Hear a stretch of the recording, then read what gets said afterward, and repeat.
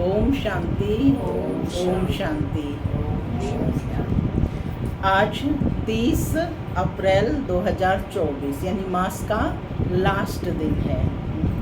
आज की मुरली में बाबा ने बताया कि मीठे बच्चे, आपने अपनी चेकिंग करनी है।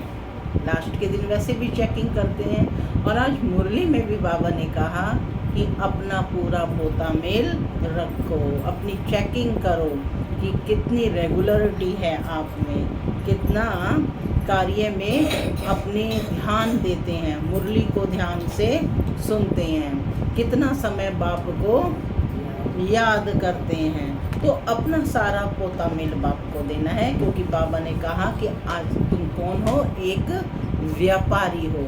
एक व्यापारी अपने सब खातों का ध्यान रखता है। तो हमारे भी 4 सब्जेक्ट हैं। कौन कौन से 4 सब्जेक्ट हैं मुन्नी बहन? धारणा और सेवा। ज्ञान, योग, धारणा और सेवा।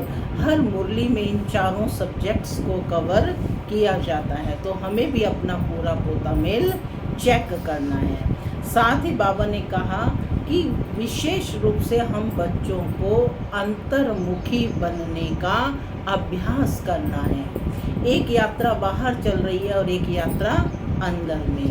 तो आप अपनी आंतरिक यात्रा को देखने का हमें प्रयास करना है। भगवान ने हमें क्या दिए हैं? दिव्य चक्षु, डिवाइन नेत्र, जिनसे हम इस यात्रा की चेकिंग कर सकते हैं। और बाबा ने कहा खुद भी इस ज्ञान को, नॉलेज को लेना है और दूसरों को भी देना है। जितना जितना हम सर्विस करेंगे उतनी हमें खुशी रहेगी। सुनते हैं आज के डायरेक्ट ईश्वरीय महावाक्य, गॉडली वर्शंस। बाबा कहते, मीठे बच्चे, अपना पोता मेल चेक करो कि सारे दिन में बाप को कितना समय याद किया। अपना पोता मेल चेक करो कि सारे दिन में बाप को कितना समय याद किया। कोई भूल तो नहीं की, क्योंकि तुम हर एक व्यापारी हो। बाबा का हर बच्चा क्या है?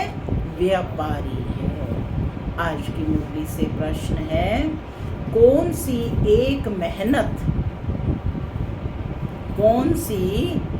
मेहनत अंतर्मुखी बन करते रहो तो अपार खुशी रहेगी। बाबा ने कहा एक मेहनत जो है वो अंतर्मुखी बन करके करते रहो तो अपार खुशी रहेगी। बताइए, थोड़ा सा विचार सागर मंथन करें। कौन सी एक मेहनत अंतर्मुखी बन करके, है ना, पढ़ाई जो है और श्रीमत पर चलने का प्रयास करें, है ना। देखो हमारी बुद्धि कहाँ जा रही है?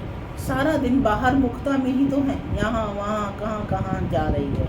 लेकिन बाबा ने कहा कि अपनी बुद्धि को कहाँ क्या करो? अंतर्मुखी बनाओ, अंदर की यात्रा करो, अपनी इंद्रियों को अंदर की तरफ मोड़ो। सुनते हैं बाबा का उत्तर।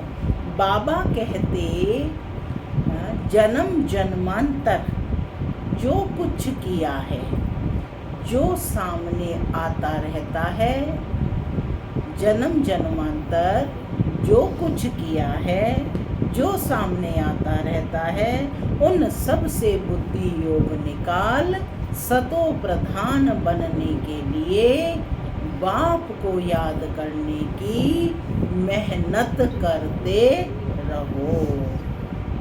घड़ी घड़ी बुद्धि किस में जाती है? हमारी बीती बातों में जाती है। बाबा कहते, चारों तरफ से बुद्धि हटाए अंतर्मुखी बन बाप को याद करो, सर्विस का सबूत दो तो अपार खुशी रहेगी। सर्विस का सबूत दो तो अपार खुशी रहेगी। ओम शांति। माना मैं आत्मा शांत स्वरूप हूँ, शांति मेरा स्वधर्म है। बाबा कहते, बाप मीठे बच्चे, बाप बैठ बच्चों को समझाते हैं। यह तो बच्चे जानते हैं कि रूहानी बाप रूहानी बच्चों को बैठ समझाते हैं। बाप भी रूहानी है और बच्चे भी रूह है ना, रूह को पढ़ा रही है। रूहानी बाप हुआ बेहद का बाप। रूहानी बाप कौन है? बेहद का बाप, यानी निराकार है, वो सर्व आत्माओं का बाप है। रूहानी बच्चे भी हुए बेहद के बच्चे। बाप को तो सब बच्चों की सदगति करनी है, या थोड़ों की करनी है, सब की करनी है। विश्व की जितनी भी आत्माएं हैं, क्योंकि सभी आत्माएं एक शिव पिता की संतान है, तो बाप कहते बाप को तो सब बच्चों की सदगति करनी है। किस द्वारा करनी है? इन बच्चों द्वारा विश्व की सदगति करनी है। बाबा के जो बच्चे राइट हैंड हैं, तो बाबा कहते इन बच्चों के द्वारा ही विश्व की सदगति करनी है। सारे विश्व के बच्चे तो यहाँ आकर नहीं पढ़ते हैं, सारे तो नहीं पढ़ते ना, आप ही जाकर के संदेश देंगे। नाम ही है ईश्वरीय विश्वविद्यालय। कहाँ बैठे हो? ईश्वरीय विश्वविद्यालय, जिसकी स्थापना ईश्वर के द्वारा की गई है। मुक्ति तो सबकी होती ही है, मुक्ति कहो व जीवन मुक्ति कहो। मुक्ति में जाकर फिर भी सबको जीवन मुक्ति में आना ही है। कल भी बताया ना बाबा ने, फर्स्ट जन्म तो सबका जीवन मुक्ति में ही होता है। तो ऐसे कहेंगे सभी जीवन मुक्ति में आते हैं वाया मुक्ति धाम। पहले कहाँ जाएंगे? मुक्ति धाम, और फिर आएंगे जीवन मुक्ति। एक दो के पीछे आना ही है पार्ट बचाने, तब तक मुक्ति धाम में ठहरना पड़ता है। बच्चों को अब रचयिता और रचना का मालूम पड़ गया है। यह सारी रचना अनादि है। कैसी है रचना? अनादि है ना। रचयिता तो एक ही बाप है। यह जो भी सभी आत्माएं हैं, सब बेहद के बाप के बच्चे हैं। जब बच्चों को मालूम पड़ता है तो वही आकर योग सीखते हैं। यह भारत के लिए ही योग है। बाप आते भी भारत में हैं। कहाँ आते हैं बाप?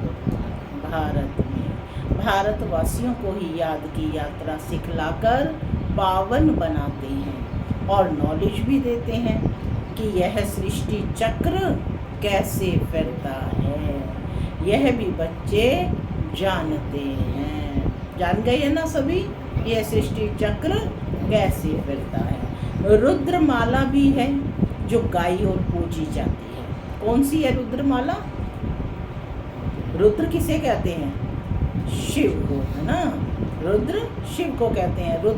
रुद्राक्ष की माला पहनते हैं ना सब, तो सभी आत्माएं शिव बाबा की संतान है। तो रुद्रमाला भी है जो गाई और पूजी जाती है, सिमरन की जाती है।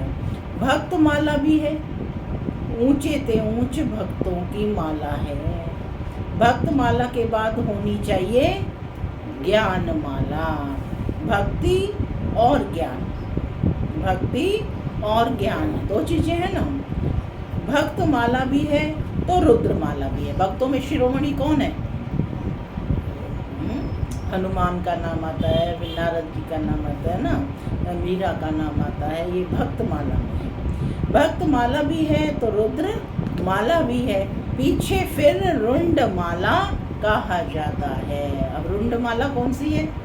जो विष्णु की गले की हार बनती है, क्योंकि ऊंचते ऊंच मनुष्य सृष्टि में है विष्णु, जिसको सूक्ष्म वतन में दिखाते हैं। प्रजापिता ब्रह्मा तो यह है, इनकी माला भी है। इनकी माला भी है, लेकिन क्या माला बनती है? नहीं बनती ना। ब्राह्मणों की ऊंची स्थिति, आज जो पहले नंबर पे है वो फिर लास्ट में पहुंच जाते हैं या गायब भी हो जाते हैं मन की। तो क्योंकि ब्राह्मणों की स्थिति ऊपर नीचे होती रहती है, तो इसलिए ब्रह्मा की माला कोशिश की लेकिन नहीं बन पाई। तो बाबा कहते कि प्रजापिता ब्रह्मा तो यह है, इनकी माला भी है। आखिरी यह माला बन जाएगी तब ही वह रुद्रमाला और विष्णु की वैजयंती माला बनेगी। ऊंचे ते ऊंचा है शिव बाबा, फिर ऊंचे ते ऊंचे है विष्णु का राज्य। शोभा के लिए भक्ति में कितने चित्र बनाए हैं, परंतु ज्ञान कुछ भी नहीं है। तुम जो चित्र बनाते हो उनकी पहचान देनी है तो मनुष्य समझ जाए, नहीं तो शिव और शंकर को मिला देते हैं। शिव और शंकर अलग हैं, शिव पिता है और शंकर रचना है। बाबा ने समझाया है कि सूक्ष्म वतन में भी सारी साक्षात्कार की बात है। हड्डी मांस वहाँ होता नहीं, कैसा शरीर होता है फिर वहाँ? लाइट के शरीर में, तीनों देवताएं लाइट के शरीर में, हड्डी मांस वहाँ होता नहीं। साक्षात्कार करते हैं, लेकिन साक्षात्कार तो होता है ना। संपूर्ण ब्रह्मा भी है, परंतु वह है संपूर्ण अव्यक्त। वहाँ पर जो ब्रह्मा का स्वरूप है वो संपूर्ण दिखाया है। अव्यक्त, अभी व्यक्त ब्रह्मा जो है उनको अव्यक्त बनना है, माने वैसा बनना है। व्यक्त ही अव्यक्त होता है, जिसको फरिश्ता भी कहते हैं। उनका सूक्ष्म वतन में चित्र रख दिया है। सूक्ष्म वतन में जाते हैं, कहते हैं बाबा ने सूबी रस पिलाया। अब वहाँ झाड़ आदि तो होता नहीं, बैकुंठ में है, लेकिन ऐसे नहीं कि बैकुंठ से ले आकर पिलाते होंगे। ये सब सूक्ष्म वतन में साक्षात्कार की बातें हैं। अब तुम बच्चे जानते हो कि वापस घर जाना है और आत्म अभिमानी बनना है। घर जाना है तो आत्म अभिमानी बनना है। मैं आत्मा अविनाशी हूँ। कैसी हूँ मैं? आत्मा अविनाशी हूँ। ये शरीर विनाशी है। आत्मा का ज्ञान भी तुम बच्चों में है। वे तो आत्मा क्या है ये भी नहीं जानते। उन लोगों को यह भी मालूम नहीं है कि कैसे उनमें 84 जन्मों का पार्ट भरा हुआ है। यह नॉलेज सिर्फ बाप ही आकर देते हैं। अपनी भी नॉलेज देते हैं कि मैं कौन हूँ। स्वयं भगवान ने बताया ना कि मैं कौन हूँ। तमो प्रधान से सतो प्रधान भी बनाते हैं। बस बाबा कहते यही पुरुषार्थ करते रहो कि हम आत्मा हैं, अब परमात्मा के साथ योग लगाना है। सर्वशक्तिमान पतित पावन एक बाप को ही कहते हैं। सन्यासी कहते हैं पतित पावन आओ, यानी सन्यासी भी पुकार रहे हैं कि हे पतितों को पावन बनाने वाले आओ। कोई तो ब्रह्म को भी पतित पावन कह देते हैं, माने तत्व को भी पतित पावन कह देते हैं। अब तुम बच्चों को भक्ति का भी ज्ञान मिलता है। भक्ति कितना समय चलती है और ज्ञान कितना समय चलता है, ये बाप बैठ समझाते हैं। पहले बाबा कहते कुछ भी नहीं जानते थे, मनुष्य होकर तुच्छ बुद्धि बन पड़े हैं। सतयुग में बिल्कुल स्वच्छ बुद्धि है। कितने उन्हों में दैवी गुण थे। तुम बच्चों को दैवी गुण भी जरूर धारण करने हैं। कहते हैं ना, यह तो जैसे देवता है। बल साधु संत महात्मा को लोग मानते हैं, परंतु वह दैवी बुद्धि तो नहीं है। रजोगुणी बुद्धि हो जाते हैं। राजा रानी, राजा प्रजा है ना, राजधानी कब और कैसे स्थापन होती है यह दुनिया नहीं जानती। यहाँ तुम सब नई नई बातें सुनते हो, तो माला का भी राज समझाया है। समझ में आया ना माला का भी राज, कि कैसे रुद्रमाला विष्णुमाला की वैजयंती माला बनेगी।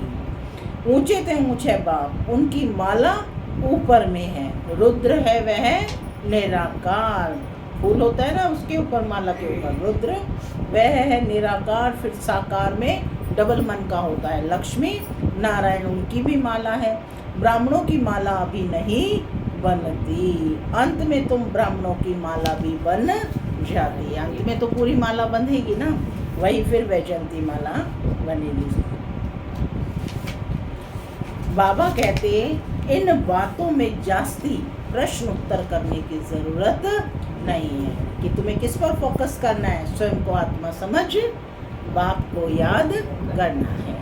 मूल बात है अपने को आत्मा समझ, परम पिता परमात्मा को याद करो। यह निश्चय पक्का चाहिए। आत्मा और परमात्मा में निश्चय पक्का चाहिए।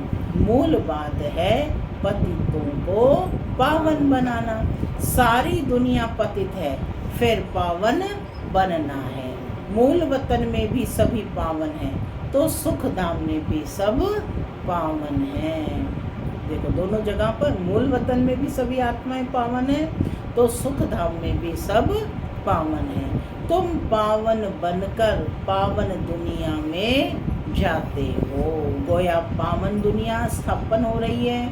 यह सब ड्रामा में नूंद है। बाप कहते हैं सारे दिन का पोता मेल देखो, कोई भूल तो नहीं हुई है क्या?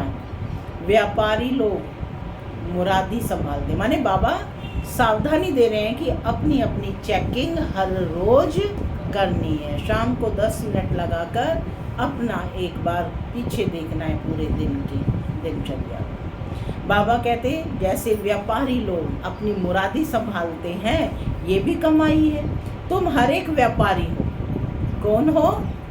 हर एक व्यापारी। मैं आत्मा व्यापारी हूँ। अब व्यापारी के क्या क्या गुण होते हैं, आज सारा दिन इस बात में चिंतन करना है। तो मेरा व्यापार कैसा है, ठीक है ना?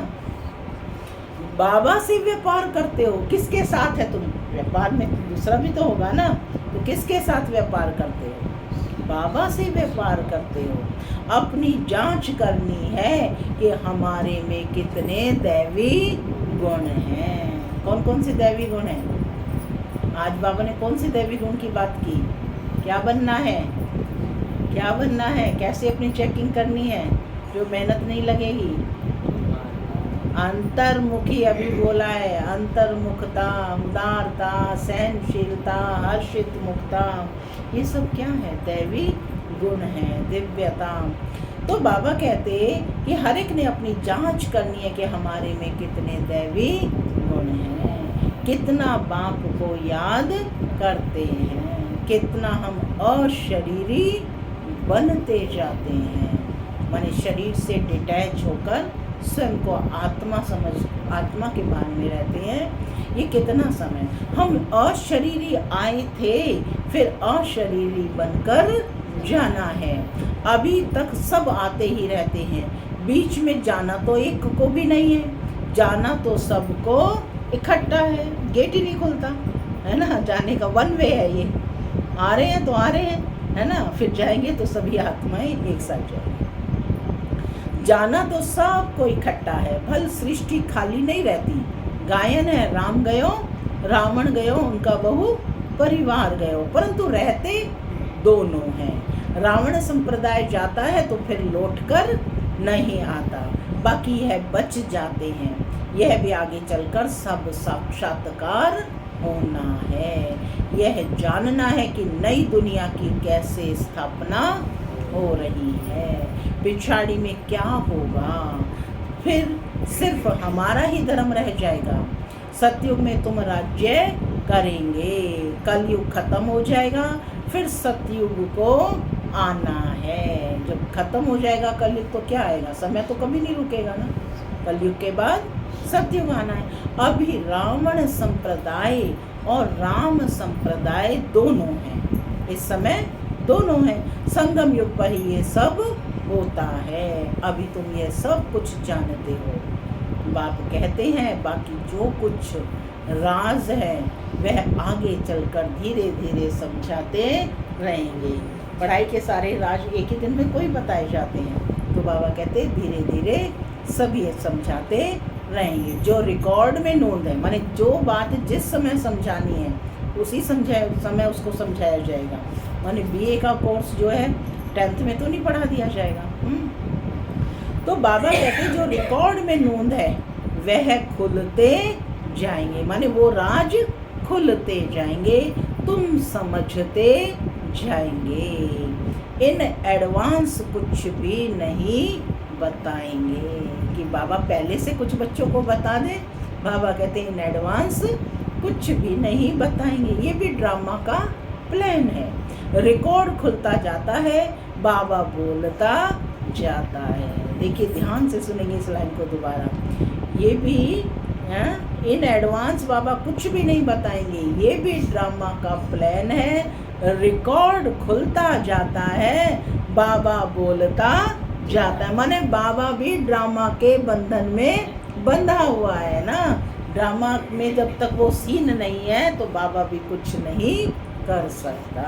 तुम्हारी बुद्धि में ये सब बातों की समझ धीरे धीरे बढ़ती जाती है। जैसे जैसे रिकॉर्ड बजता जाएगा वैसे वैसे बाबा की मुरली चलती जाएगी। ड्रामा का राज सारा भरा पड़ा है। ऐसे नहीं रिकॉर्ड से सुई उठाकर बीच में रख सकते हैं तो वह रिपीट हो, है ऐसे नहीं, वह भी फिर वही रिपीट होगा, नई बात नहीं।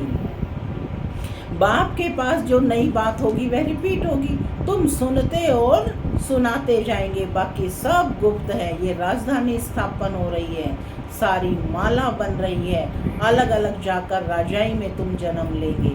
राजा रानी प्रजा सब चाहिए।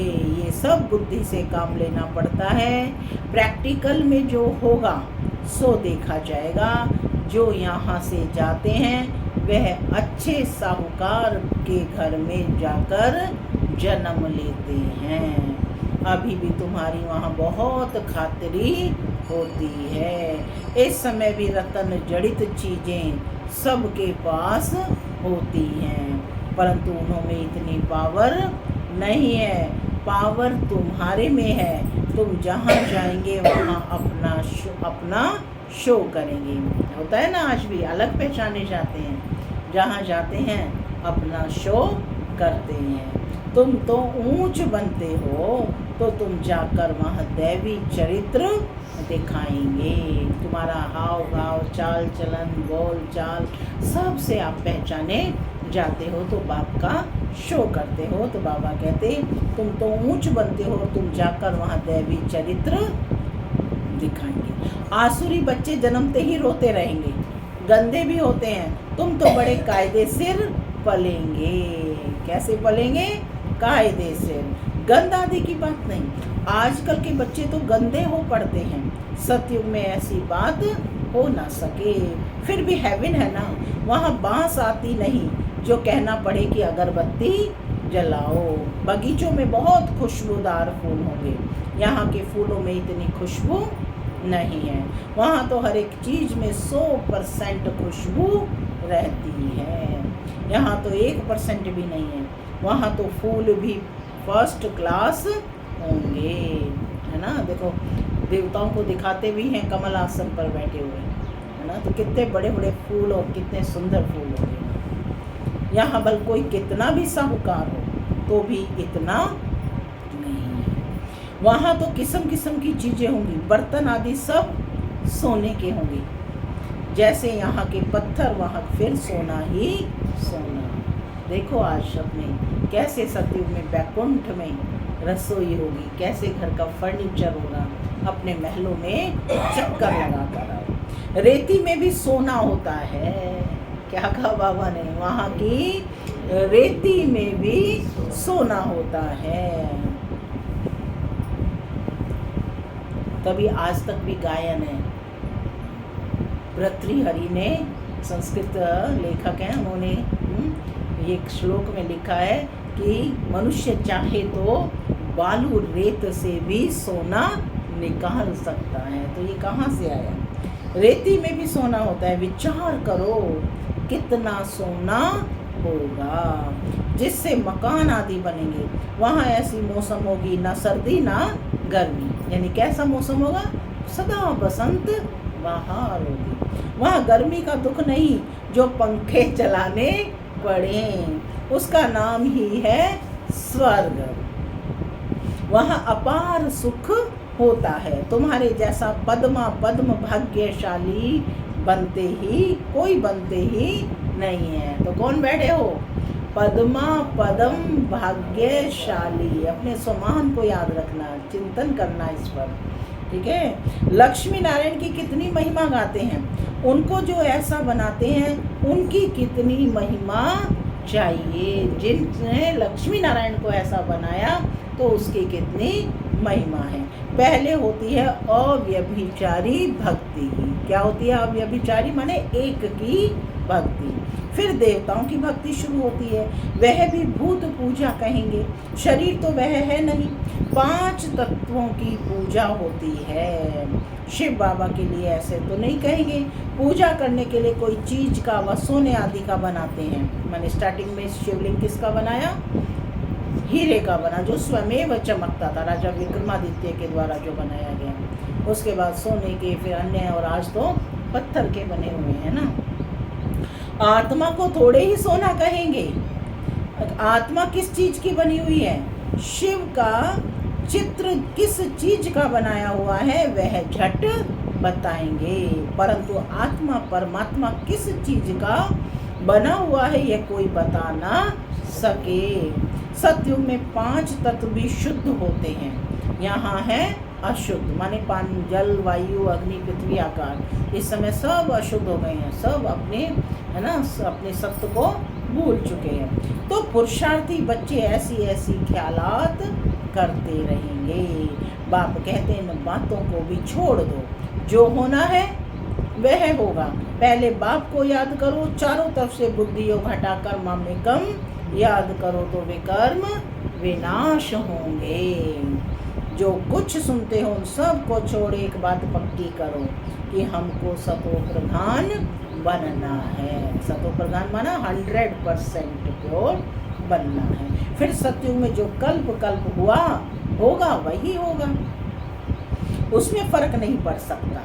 मूल बात है बाप को याद करो, यह है मेहनत, वह पूरी करो। तूफान तो बहुत आते हैं, जन्म जन्मांतर जो कुछ किया है वह सब सामने आता है। तो सब तरफ से बुद्धि को हटाकर मेरे को याद करने का पुरुषार्थ करो।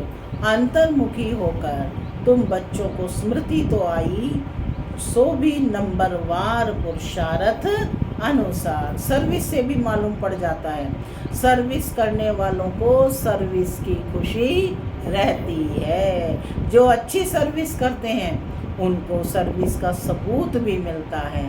पंडे बनकर आते हैं, माने पहली बार गए तो बाबा मिलन के लिए गए, और अगली बार गए तो अपना ही ग्रुप लेकर के गए, सेवा करके गए, माने पंडा बन करके जाते हैं। कौन महारथी घोड़े सवार प्यादे हैं वह झट पता पड़ जाता है। अच्छा, मीठे मीठे सिक्के लधे बच्चों प्रति माता पिता याद प्यार और गुड मॉर्निंग। रूहानी बाप की रूहानी बच्चों को नमस्ते। हम रूहानी बच्चों की रूहानी माता पिता बाप दादा को याद प्यार गुड मॉर्निंग और उसके नमस्ते, सदा रहो हंसते। धारणा के लिए मुख्य सार। पहला, दूसरी सब बातों को छोड़ बुद्धि को चारों तरफ से हटाकर सतो प्रधान बनने के लिए अशरीरी बनने का अभ्यास करना है, दैवी गुण धारण करने हैं। दूसरा, बुद्धि में अच्छे अच्छे ख्यालात लाने हैं। हमारे राज्य यानी स्वर्ग में क्या क्या होगा चिंतन करना है आज। हमारे राज्य बाबा ने बताया ना, स्वर्ग का सीन दिखाया, क्या क्या होगा उस पर विचार कर अपने को उस जैसे लायक चरित्रवान बनाना है। यहाँ से बुद्धि निकाल देनी है। वरदान, सेवा द्वारा मेवा प्राप्त करने वाले, सेवा द्वारा मेवा प्राप्त करने वाले सर्व हद की चाहना से परे सदा संपन्न और समान भव। सेवा द्वारा मेवा प्राप्त करने वाले सर्व हद की चाहना से परे सदा संपन्न और समान भव। सेवा का अर्थ है मेवा देने वाली। सेवा क्या है? मेवा। सेवा से खुशी मिलती है ना। अगर कोई ध्यान से सुनेंगे। अगर कोई